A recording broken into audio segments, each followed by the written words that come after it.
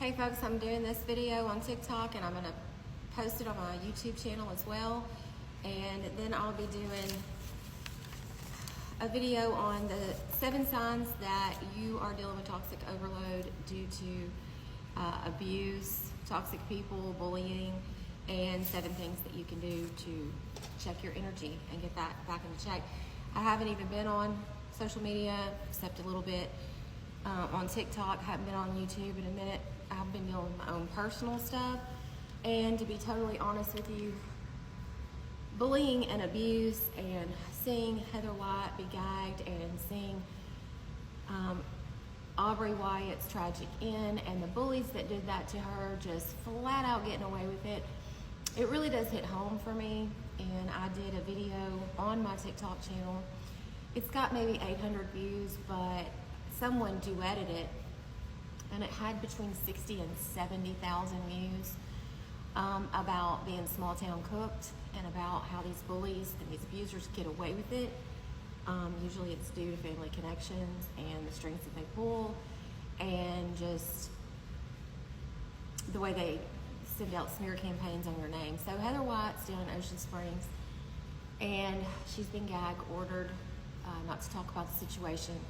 And the young girls that bullied her daughter to the point of depression and unaliving herself are walking free and still posting on social media, and it's just insane.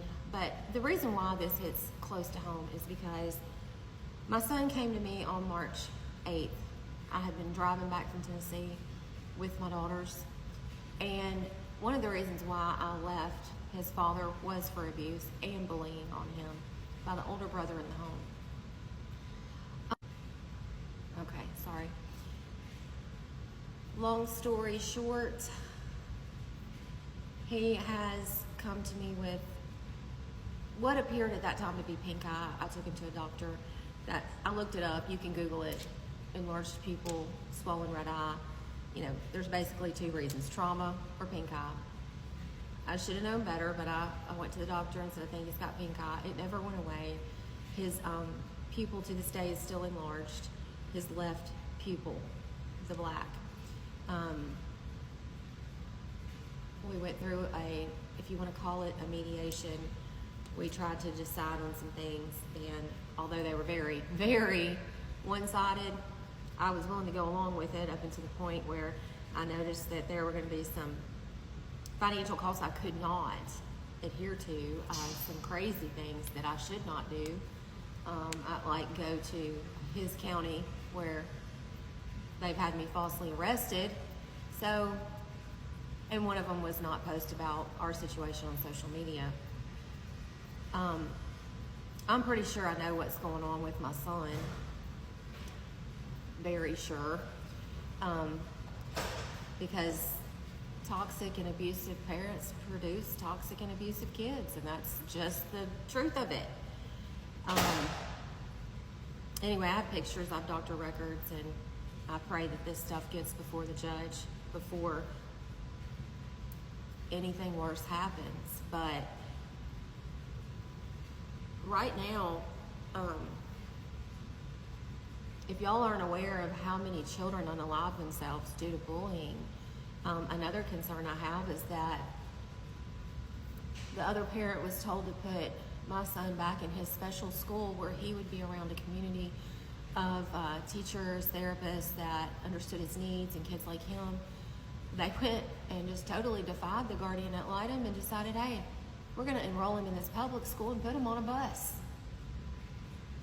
I don't know how someone with any kind of conscience could forgo the best school in the state for children with disabilities to put them on a school bus and headed off to a public school.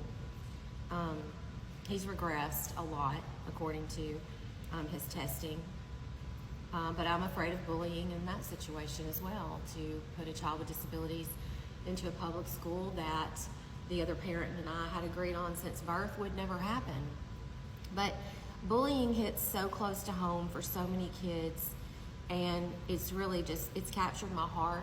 It's captured my time. And that's why I haven't been on social media, because some of this stuff hits close to home. And these kids that are doing this bullying, you know, they're coming from toxic environments. They're coming from situations where they think this is okay. Whether they're being bullied or abused, or whether it's encouraged somehow in the family, you know, they see their parents doing it to other adults or to them. You know, there's different reasons, but I would really like to ask for prayers for my son right now, because he's literally walking around with an enlarged pupil, and the people that are supposed to do his protecting are not. I don't even know if the guardian ad litem has ever seen my son in person in the almost 2 years that he's been over him. And I've requested, since this injury that I noticed in March, and did finally get him to an eye doctor in June 1st or 3rd, I can't remember. I think it was the 3rd, it was a Monday. I have all the records, I don't know off the top of my head, but when the doctor asked for pictures of him as a younger child, as a toddler, as a baby, and conferred, you know, this is new. And when parents speak out about abuse, when parents are just being for real, they're documenting, they are just, it just seems like you're fighting for your very life. It doesn't even matter if it's you or your children, but people that are bullies, they just don't stop. And I had agreed to stop talking about my particular situation on social media since last July or August, when he had come to me with what looked like belt whelps and bruises. And I said, okay, I'm gonna give the system a chance. Well, the other party has been able to throw a lot of shade. And I mean, every time we show up to court, it's, oh my God, she's using drugs. Oh my God, she's on alcohol. You know, and you go and you piss in a cup and you have your hair cut, and you can just prove these people wrong so many times. They come up with she's mentally unstable, and it just never stops. The bullies never stop. So it doesn't matter if you're quiet. It doesn't matter if you're silent. Then I get arrested. I got arrested, hire an attorney, try to go and fight it, and it gets remanded to the file and pushed off to Chancery Court, which keeps getting postponed. And so, and not to mention the CPS records that I have not been allowed to see, and don't even know who the caseworker is, and supposedly they have this big case against me, you know. But yeah, it does hit very close to home, because I know my son has been bullied in that home, and I know the older brother in that home is the one doing the bullying.